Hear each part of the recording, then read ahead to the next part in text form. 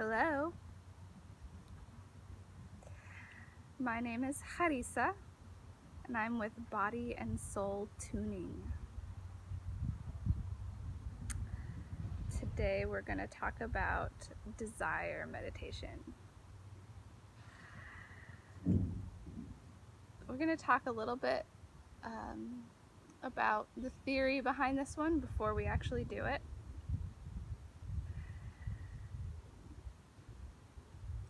I've learned over this last year that the reason we do anything, the motivation behind all of our actions, all human beings, okay? But we're gonna go with me. I'm gonna talk about it from my perspective. So the reason for all of my actions, the motivation behind every single one, is a sensation. I'm always seeking some kind of sensation. I learned this from a hypnotherapist who works with addicts, actually. A very successful hypnotherapist. So I'll put a link to his video in the comments. And he has a meditation at the end of his video. I highly recommend that as well, but that one's more broad. This is going to be a bit more specific. So with that in mind, understanding that everything we desire, everything we want, is about getting a sensation. It's also important to realize that we can create our own sensations through hypnosis meditation. This could also be called a self-hypnosis if you want. I maintain that hypnosis and meditation are essentially the same thing. Yeah.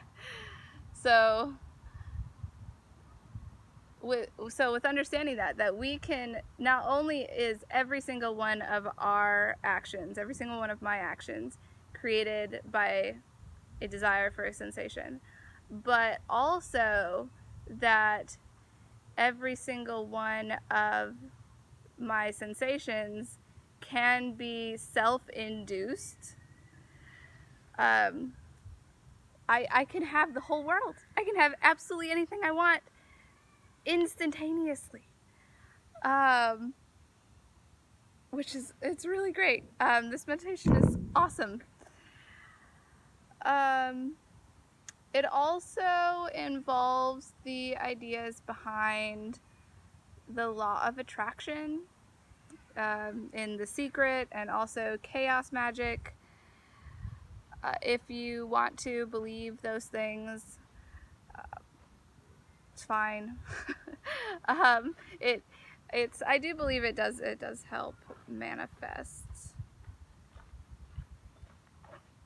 things in your life as well. Just feeling the sensation helps to allow those things to come into my life. But it doesn't actually matter, because even if you don't believe in chaos magic or the law of attraction, this still gives you huge benefits. I think probably the place that we see it the most would be in dating. So I've definitely had the experience of going on a first date or second date and feeling the desperation coming off of this partner. It's very unattractive. It's very like, oh, stay away from me. And I've been in the same situation myself. I've been in this place of feeling desperate on a first date. And it's just like, how do I get out of this desperation, right? And this is the solution, this meditation, to not being in this like kind of desperate, needy place, and which ends up chasing the thing I want, companionship, partnership. It ends up chasing them away, or it away. So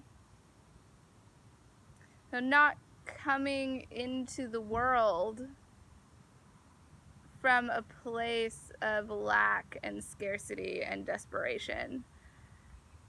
Instead, just moving in my life from this place of sufficiency and just having everything I need, being really grateful and happy. And the world is so much more open when I use this meditation, or I remember to use this meditation. and it's so much more it's effortless. It allows me to move in my life from an effortless place. That's a better way to say it. Like, I feel like the meditation itself does take some effort, but well, the dating example is good. So with dating, if I'm in that place of desperation, then I'm like seeking and trying to like find someone to be with, and it takes a lot of energy. But if I do this meditation instead,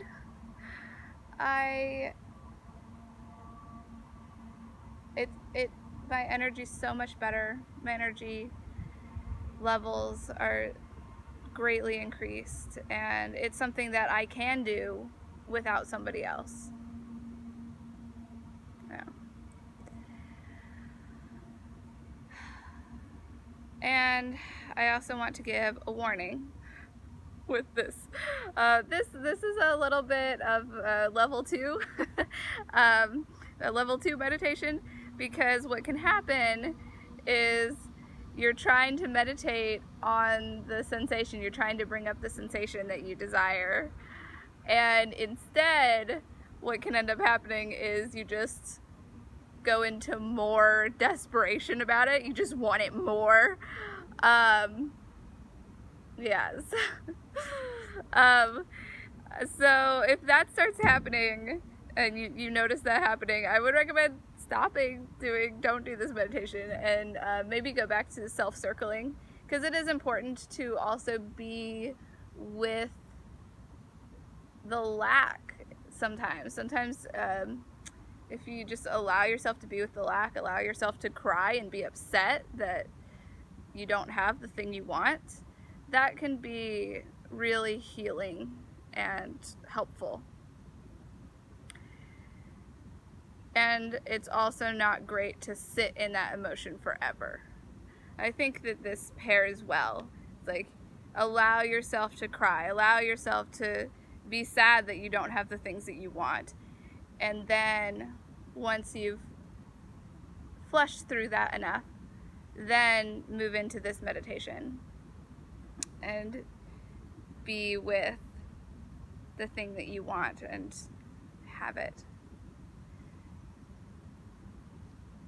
I want to tell a little bit of a story about a shaman who uses this technique as well, just because I think it emphasizes it's really helpful.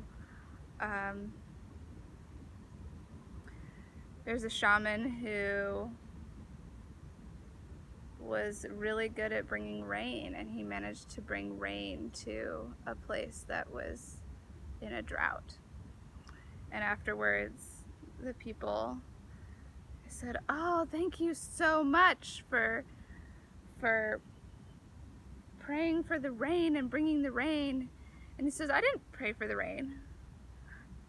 He says, "I went out there and I imagined the rain. I felt the rain. I felt it on my face. I imagined the mud squishing between my toes, and I stayed in the feeling of the rain, in the gratitude for the rain, the joy of fresh, cleansing rain. And then the rain came. And that's really what this is about. It's not about longing for the rain to come and praying and hoping and being like, please, please let there be rain. It's like, no, the rain's already here. I'm feeling it now. I have it now. It's in me. Yeah.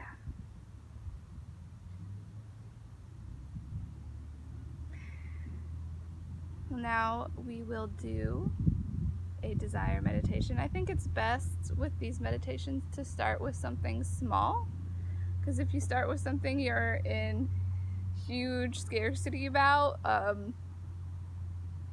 huge lack and desperation, it's going to be really challenging to not go into the scarcity. Again, this is a level 2 meditation.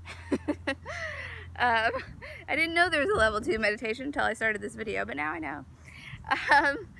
So it's best to start with something simple like ice cream. So yeah, who doesn't want the sensation of ice cream, right? Maybe some people don't. But I think this could especially be good for people who are on a diet or something.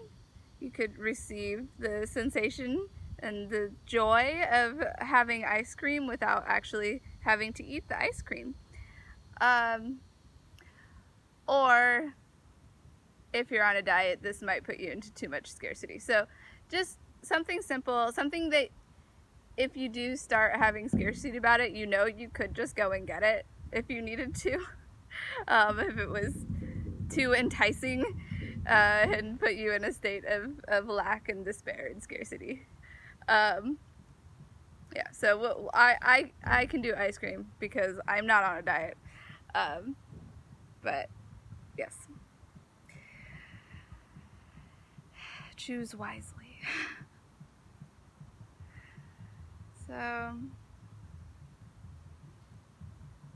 and I want to emphasize, I guess before I start, I want to emphasize to play your strengths. So I'm very kinesthetic, although this is taste, so it'll be a little different. But anyway, the point is, whichever learning style you are, that'll help you imagine this better. So I'm going to be playing a lot with sensations because I'm very kinesthetic, but if you're more sound oriented or you're more smell or sight oriented, that's really useful for you to make sure you stay with those kinds of imaginations, visualizations, etc. Because that's going to be the thing that'll be able to tap you into it the most. Yeah. Know yourself, know your body. So for me, I'm sitting here, ice cream, thinking about ice cream and what ice cream feels like. It's like really cold and smooth and silky. And it tastes so sweet. Feel it in my mouth.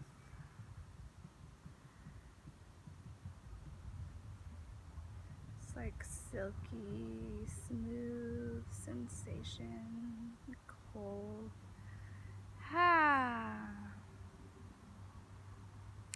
Feel happy. It's like a bubbly feeling as well. Like excitement, I think, a little bit.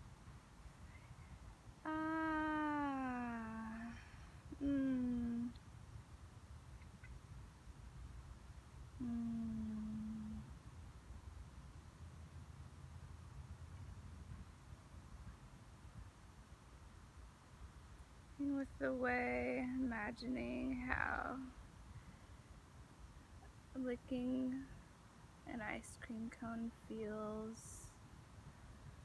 letting it melt in my mouth.